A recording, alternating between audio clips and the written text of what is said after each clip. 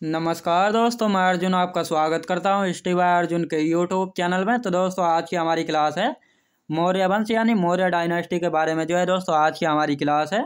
तो दोस्तों वीडियो का अंत तक जरूर देखना ताकि सभी क्वेश्चन आपको आसानी से याद हो जाएं।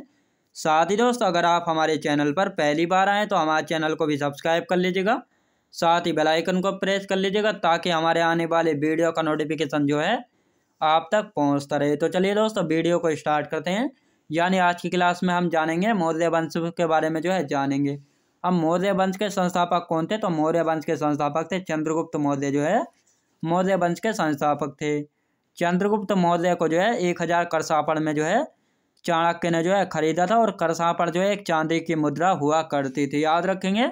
यानी चंद्रगुप्त मौर्य को चाणक्य ने खरीदा था 1000 करसापड़ में, जो कि एक चांदी की मुद्रा हुआ करती थी। साथ ही चंद्रगुप्त मौर्य का विवाह सेल्यूकस निकेटर की पुत्री हेलेना से हुआ था। और 6 लाख की सेना के साथ अखिल भारतीय साम्राज्य की स्थापना की थी चंद्रगुप्त मौर्य ने। याद रखें दोस्तों, चंद्रगुप्त मौर्य ने 6 लाख की सेना के साथ अखिल भारतीय साम्राज्य की स्थापना की थी, याद रखेंगे। अब चंद्रगुप्त मौर्य के दरबार में मेगास्थनीज एक दूत बनकर आया था। और इसकी पुस्तक थी दोस्तों, इसकी पुस्तक थी मेड इंडिका। इसने एक पुस्तक लिखी थी मेगास्थनीज ने। और 12 वर्षों तक अकाल पड़ने के कारण दोस्तों यानी चंद्रगुप्त मौर्य के समय 12 वर्षों तक का अकाल पड़ा था। अकाल यानी सूखा पड़ा था। इस बात से चंद्रगुप्त मौर्य बहुत दुखी हुए थे। और इसी कारण इन्होंने अपना राजपाट अपने बेटे बिंदुसार को सौंप कर यह कर्नाटक के श्रवण बेलगोला गांव में चले गए। और वहाँ संलेखना या संथारा विधि से प्राण त्याग दिए। दोस्तों संलेखना या संथारा विधि क्या होती है? यानी भूखे प्यासे रहकर अपने प्राण यानी अपनी जान त्याग देना, तो उसी को संलेखना या संथारा विधि कहा जाता है। और इसी विधि से इन्होंने अपने प्राण त्याग दिए थे, याद रखें दोस्तों। आप चंद्रगुप्त मौर्य के बाद कौन आता है? तो इनका बेटा आता है बिंदुसार, याद रखें दोस्तों। कौन आता है? बिंदुसार आता है बिंदुसार। इसके मिस्र और सीरिया दोनों से अच्छे संबंध थे दोस्तों। इसके बिंदुसार के मिस्र एवं सीरिया देश दोनों से अच्छे संबंध थे। और यूनानी इतिहासकारों ने इसे अमित्रकेटस कहा है। अमित्रकेटस होता है दोस्तों शत्रुओं का वध करने वाले इसको कहा है यूनानी इतिहासकारों ने। मिस्र के शासक से इसने 3 चीज़ें मांगी थी दोस्तों। बिंदुसार ने मिस्र के शासक से 3 चीज़ें मांगी थी, मीठी शराब, सूखी अंजीर और एक दार्शनिक। लेकिन मिस्र के शासक ने इसको 2 चीज़ें भिजवाई थी, मीठी शराब और सूखी अंजीर भिजवा दी थी, लेकिन दार्शनिक नहीं भेजा था, याद रखेंगे। अब इसके बाद कौन आता है दोस्तों? बिंदुसार के बाद आता है इसका बेटा अशोक, याद रखेंगे दोस्तों। कहा जाता है दोस्तों बिंदुसार के 101 पुत्र थे, जिनमें से अशोक भी एक पुत्र था। अशोक कब से कब तक रहा था दोस्तों? अशोक रहा था दोस्तों 273 से लेकर 232 बीसी तक गद्दी पर रहा था। इसके अन्य नाम क्या क्या है? देवनाम प्रियदर्शी, उज्जैन करमौली, चंड अशोका और अशोक वर्धना इसको कहा गया। यानी ये इसके अन्य नाम है जिन नामों से सम्राट अशोक को जाना जाता है, याद रखें दोस्तों।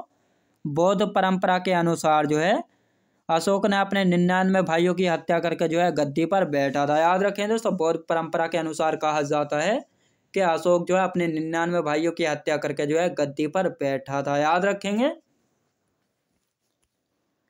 अब 269 बीसी में इसका राज्याभिषेक हुआ था दोस्तों। 69 बीसी में इसका राज्याभिषेक हुआ था। और राज्याभिषेक के 8वें वर्ष में कलिंग युद्ध लड़ा था दोस्तों। अशोक ने अपने राज्याभिषेक के कितने वर्ष बाद कलिंग का युद्ध लड़ा था? तो राज्याभिषेक के 8 वर्ष बाद इसने कलिंग का युद्ध लड़ा था। और अशोक के विजय कार्यों में अशोक का साथ किसने दिया था? इसके प्रधानमंत्री थे राधा गुप्त ने सम्राट अशोक का इसके विजय कार्यों में इसका साथ दिया था, जो कि इसके प्रधानमंत्री थे राधा गुप्त। साथ ही बंगाल, बिहार, उड़ीसा ये सभी अशोक के साम्राज्य में थे, याद रखें दोस्तों। बंगाल क्षेत्र, बिहार और उड़ीसा क्षेत्र ये सभी क्षेत्र किसके अंडर में आते थे? यानी ये आते थे अशोक के साम्राज्य में। और साथ ही अशोक ने कश्मीर में श्रीनगर एवं नेपाल में देवोपाटन शहर की स्थापना की थी, याद रखेंगे दोस्तों। जम्मू कश्मीर में श्रीनगर शहर है और नेपाल में देवोपाटन शहर, तो इसकी स्थापना किसने की थी? सम्राट अशोक ने इन दोनों शहरों को जो है बसाया था। अब अशोक का धम्म, यानी धम्म एक प्रकार का नैतिक सिद्धांत था जिसमें जो है सभी धर्मों की अच्छी बातों को जो है शामिल किया गया था। याद रखेंगे दोस्तों, अशोक का धम्म क्या था? तो धम्म एक प्रकार का नैतिक सिद्धांत था दोस्तों जिसमें जो है सभी धर्मों की अच्छी बातों को जो है शामिल किया गया था। याद रखेंगे, तो ये था अशोक का धम्म, याद रखेंगे। आप देखते हैं दोस्तों, अशोक की पत्नी, यानी अशोक की पत्नियां कौन कौन सी थी? अशोक की पत्नियां तो महादेवी, कारुबाकी, पद्मावती और तिस्या रक्षिता, ये चारों जो हैं किसकी पत्नियां थी? ये चारों जो हैं अशोक की पत्नियां थी, लेकिन पत्नियां तो और बहुत सारी थी, लेकिन ये जो हैं प्रमुख पत्नियां थी। याद रखें दोस्तों, महादेवी, कारुबाकी, पद्मावती और तिस्या रक्षिता। अशोक के शिलालेख, आप देखते हैं दोस्तों अशोक के शिलालेखों के बारे में जानेंगे। तो अशोक के शिलालेख जो है, अशोक के 14 शिलालेखों का जो है अंकन हुआ है और ये लेख जो है 3 भागों में जो है बांटे गए हैं। पहले थे दोस्तों शिलालेख, जो कि शिला यानी पत्थर पर जो है लिखे गए लेख थे। स्तंभ लेख, पिलर यानी स्तंभ पर जो है लिखे गए थे। गुहा लेख यानी गुफाओं में जो है लिखे गए थे। तो इन प्रकारों में जो है बांटा गया है अशोक के शिलालेखों को, याद रखेंगे। अशोक के शिलालेखों का पता सर्वप्रथम टी पेंथलेयर ने जो है 1750 ईस्वी में लगाया, लेकिन सर्वप्रथम पढ़ा किसने था? 1837 में जेम्स प्रिंसेप ने जो है इनको पढ़ने में जो है सफलता पाई थी। याद रखेंगे दोस्तों, अशोक के शिलालेखों का पता लगाने में सर्वप्रथम कौन कामयाब रहे थे? टी पेंथलेयर रहे थे, जिन्होंने 1750 ईस्वी में जो है अशोक के शिलालेखों का पता लगाया था। लेकिन यह जो है इनको पढ़ नहीं सके थे, लेकिन इनको पढ़ने का काम किया था जेम्स प्रिंसेप ने किया था, जो कि 1837 में इनको पढ़ने में जो है कामयाब रहे थे। याद रखेंगे। अब आते हैं दोस्तों शुंग वंश। शुंग वंश के बारे में भी थोड़ा जान लेते हैं।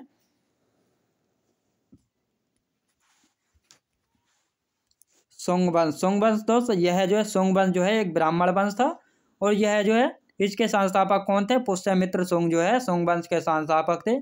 यह पुष्यमित्र शुंग जो है बौद्ध धर्म से का जो है विरोधी था। याद रखें दोस्तों, पुष्यमित्र शुंग जो है बौद्ध धर्म का जो है विरोधी था। साथ ही दोस्तों पतंजलि जो है इसी के दरबारी थे। याद रखें दोस्तों, पतंजलि जो है इसी पुष्यमित्र शुंग के जो है दरबारी थे और इसने जो है अपनी राजधानी पाटलिपुत्र से हटाकर जो है विदिशा यानी MP जो है कर ली थी। यानी दोस्तों इसने जो है अपनी राजधानी पाटलिपुत्र से हटाकर जो है MP का विदिशा जो है बना ली थी। इसने 2 अश्व मेघ जो है मेघ यज्ञ भी जो है करवाए थे और इसने यूनानी योद्धा मिनांडर को जो है पराजित किया था। याद रखें दोस्तों, पुष्यमित्र शुंग ने जो है यूनानी योद्धा मिनांडर को जो है पराजित किया था और साथ ही पुष्यमित्र शुंग के पश्चात इसका पुत्र अग्निमित्र जो है शासक बना था। पुष्यमित्र शुंग के बाद जो है इसका पुत्र अग्निमित्र जो है शासक बना था और यही अग्निमित्र जो है कालिदास के नाटक मालविका अग्निमित्रम का जो है पात्र है। कालिदास का जो नाटक है मालविका अग्निमित्रम, तो इसका पात्र कौन है? तो अग्निमित्र है, जो कि पुष्यमित्र शुंग का जो है पुत्र था। शुंग वंश का अंतिम शासक की बात की जाए तो देवभूति जो है शुंग वंश का अंतिम शासक था। अब दोस्तों कणव वंश व आंध्रसात वंश के बारे में जो है जान लेते हैं। संस्थापक वासुदेव थे और अंतिम शासक था सुशर्मा। याद रखें दोस्तों, सुशर्मा किसका अंतिम शासक था? कणव वंश का अंतिम शासक था। आंध्रसात वंश का सिमुक जो है आंध्र सातवाहन वंश का जो है संस्थापक थे और यक्षश्री सतकर्णी जो है अंतिम शासक था। याद रखेंगे। तो दोस्तों मैं उम्मीद करता हूँ आपको वीडियो क्वालिटी, कंटेंट वगैरह सभी कुछ आपको पसंद आया होगा। पसंद आया तो लाइक शेयर और सब्सक्राइब करना बिल्कुल भी ना भूलें। साथ ही दोस्तों अगर आप हमारे चैनल पर पहली बार आएँ तो हमारे चैनल को भी सब्सक्राइब कर लीजिएगा। साथ ही बेल आइकन को प्रेस कर लीजिएगा ताकि हमारे आने वाले वीडियो का नोटिफिकेशन जो है आप तक पहुँचता रहे। तो चलिए दोस्तों मिलते हैं नेक्स्ट वीडियोज़ में।